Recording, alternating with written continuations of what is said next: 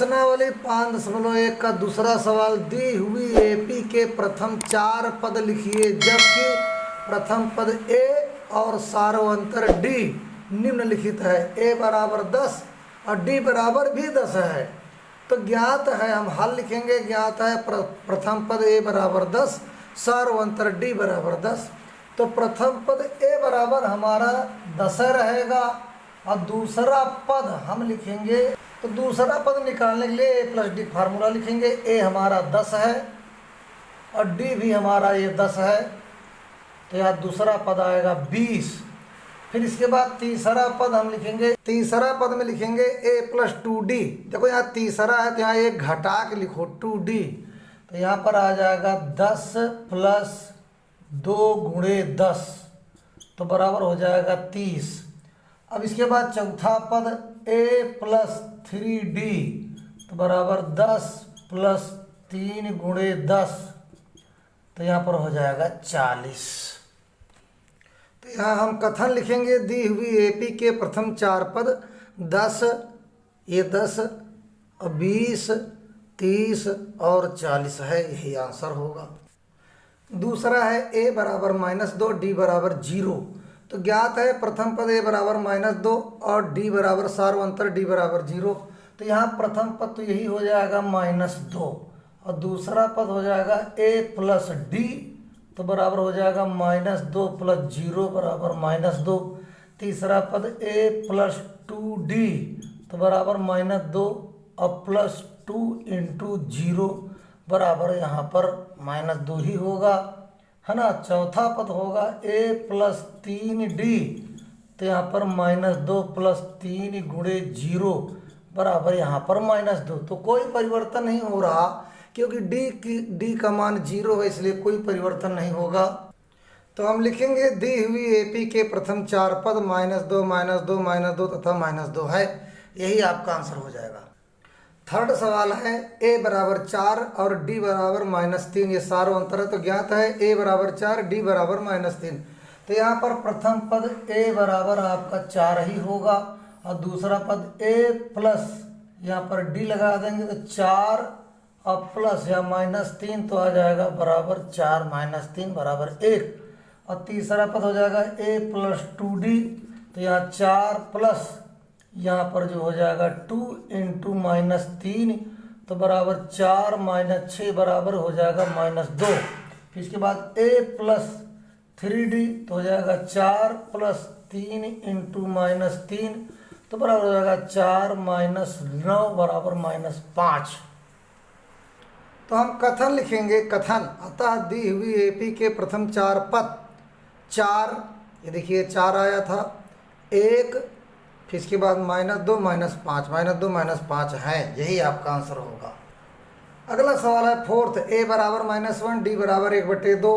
तो ज्ञात है a बराबर -1, d बराबर 1/2। प्रथम पद है ना, हम लिखेंगे a बराबर यही -1 हो जाएगा और दूसरा पद हो जाएगा आपका a प्लस d, ये a है आपका a प्लस d। तो यहाँ a कितना है -1 और d है +1/2। अब देखो इसका इससे मल्टीप्लाई करो तो ये हो जाएगा -2, अब इसके बाद ये +1 हो जाएगा और ये लाइन पूरे में जाएगी 2 और माइनस का 2 प्लस का 1 का है तो -1/2।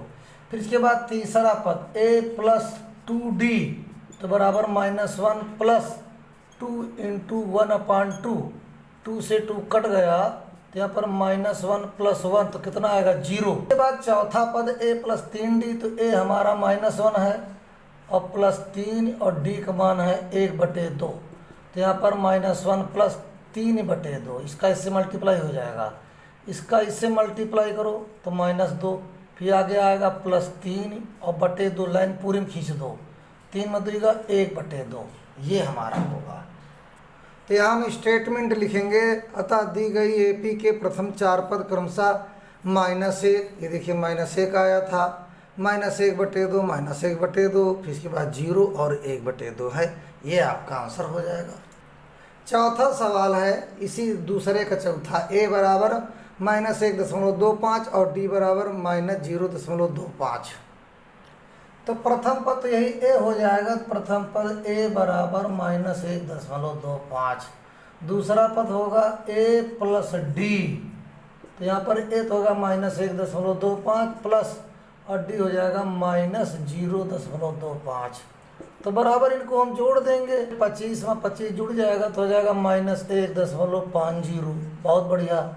इसके बाद तीसरा पद ए प्लस 2d, तो -1.25 ए तो यही होगा और फिर प्लस 2 इंटू -0.25, तो बराबर हो जाएगा। यहाँ देखिए ये आप हो जाएगा -1.25 और प्लस 1 ऐसे गुणा करियो तो 25 दूना 50 हो जाएगा, माइनस यहाँ 0.50।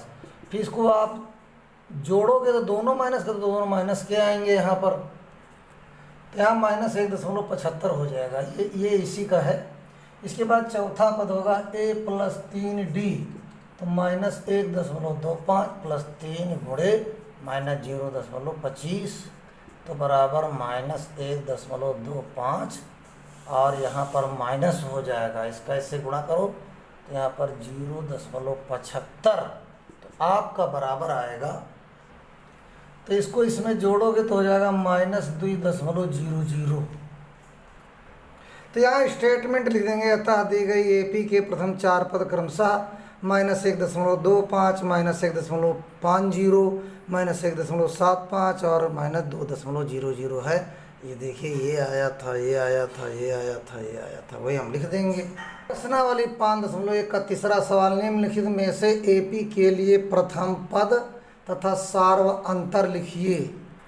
तो यहाँ पर देखिए ज्ञात है एपी 3 1 -1 -3 लिख लेंगे। तो यहाँ पर प्रथम पद तो आपका यही हो जाएगा, प्रथम पद बराबर ये पहला वाला A1 A2 A3 A4, तो ये 3 हो जाएगा प्रथम पद। और सार्व अंतर बच्चों A2 में A1 घटाओ, यानी 1 में 1 और -3 घटाओगे तब 3 माइनस वाला बड़ा है, कितना बड़ा -2, तो ये सार्व अंतर होगा, ये प्रथम पद हो गया। यहाँ पर देखिए -5 -1 3 7, तो हम हल में ऐसे लिखेंगे कि ज्ञाता एपी -5 -1 3 7, तो प्रथम पद तो बच्चों यहाँ पर ये -5 हो जाएगा। अब सार्व अंतर आपका ये A2 में A1 घटाओ तो -1 -5, तो बराबर -1 माइनस प्लस हो जाएगा 5, तो बराबर यहाँ पर 4 आएगा। ये आपका सार्व अंतर होगा, ये प्रथम पद हो गया, ये इसका आंसर होगा। तो हम उत्तर में लिख देंगे प्रथम पद बराबर -5, सार्वंतर बराबर 4। तो यहाँ थर्ड है 1/3 5/3 9/3 11/3, तो हल में लिखेंगे ज्ञात है एपी बराबर 1/3 5/3 9/3 11/3, ये आपका ज्ञात है। अब प्रथम पद पहला वाला होता प्रथम पद 1/3, सार्वंतर इसमें से इसको घटाओ, A2 में A1 घटाओ, तो यहाँ पर 5/3 -1/3 बराबर 5 -1/3 बराबर 4/3, ये आपका आंसर होगा, ये आंसर हो गया। तो हम बढ़िया सिस्टम से लिखेंगे, प्रथम पद ए बराबर 1/3, सार्वंतर यानी 4/3। अब सार्वंतर को डी कहते हैं, डी माने डिफरेंस है, यहाँ 4/3 लिख दो, बढ़िया आपका आंसर आ जाएगा। अब फोर्थ है 0.6 1.7 2.8 3.9, तो लिखेंगे हल ज्ञात है एपी बराबर 0.6 1.7 2.8 3.9, तो यहाँ पर प्रथम पद ए बराबर यही होगा आपका, तो यहाँ लिख दो 0.6। सार्वंतर A2 में A1 घटाओ तो 1.7 -0.6 बराबर, अब 7 में 6 का 1, तो यहाँ पर 1.1 आ जाए, तो उत्तर में लिखो प्रथम पद ए बराबर आपको यही हो जाएगा 0.6। फिर सार्व अंतर डी बराबर 1.1, यही आपके आंसर होंगे। अगली नोटिफिकेशन पाने के लिए वीडियो लाइक करो, सब्सक्राइब करो, कमेंट करो और बेल आइकन घंटी बजा दीजिए, जिससे हर नोटिफिकेशन आप तक पहुंचती रहे। इस तरह से हम मैथ में आपको सवाल लगाते रहेंगे। धन्यवाद।